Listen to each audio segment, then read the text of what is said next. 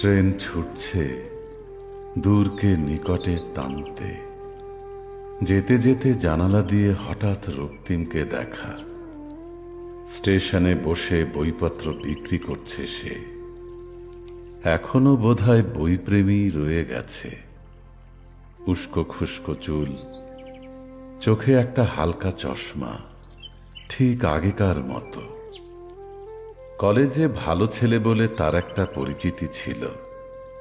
ভদ্রমার্কা পোশাক আর সৌজন্যতায় অনেকের মনে জায়গা করে নিয়েছিল সে। তা দেখে ভীষণ হিংসে হতো।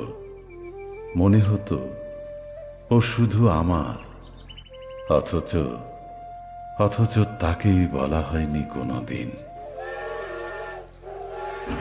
আবারও ট্রেন প্ল্যাটফর্ম ছেড়ে গন্তব্যের দিকে চলতে লাগল।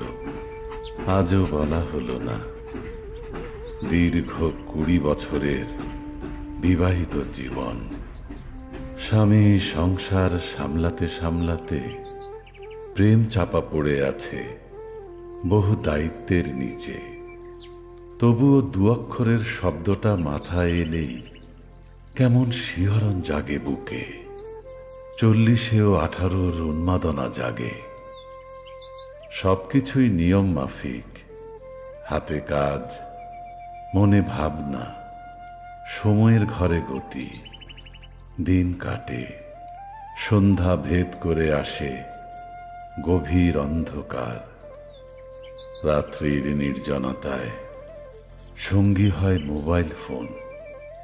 ভাবনাকে ব্যবচ্ছেদ করে হাতে রাখা যন্ত্র। সহসা ফেসবুক, হোয়াটসঅ্যাপ গ্রুপে ভ্যালেন্টাইন্স ডের পোস্ট দেখে মনটা বেহায়া হয়ে উঠল।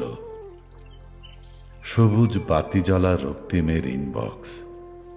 কম্পমান আঙুলগুলো লিখে ফেলল, ভালোবাসি তোমায় স্থির ধ্রুবতারার মতো, না পাওয়া অনুভবে।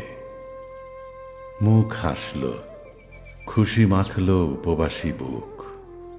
অস্ফুট চিৎকারে অভ্যন্তর থেকে বেরিয়ে আসলো, ইউরেকা, ইউরেকা।